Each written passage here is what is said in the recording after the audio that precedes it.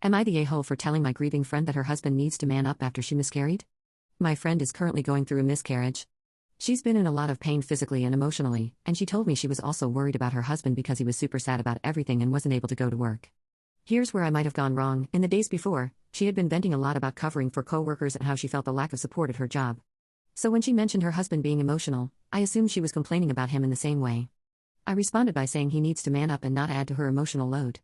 I also said something along the lines of how husbands need to be present at appointments, because in my head I was imagining him not showing up for her. She immediately pushed back and told me he's been by her side the entire time and has been nothing but supportive. That's when I realized I'd completely misread the situation. She told me my comment was really disrespectful, especially because it's his loss too. She said she was just trying to share that she's worried about him, not that he's neglecting her. She also said that if she had said something like that about my partner, I would have hated it, and honestly, she's probably right. I did later apologize and told her that I tend to insert advice when it's not wanted, and that I had completely misunderstood. But she's still really hurt, and I can see why. From my perspective, I thought I was being protective of her and trying to give her advice so she didn't have to worry about her husband on top of everything else. But I realize now that it came out harsh, judgmental, and unsupportive, especially in such a vulnerable moment. So, am I wrong for telling my grieving friend that her husband needs to man up after she miscarried? ETA. Okay, I get it on the a-hole.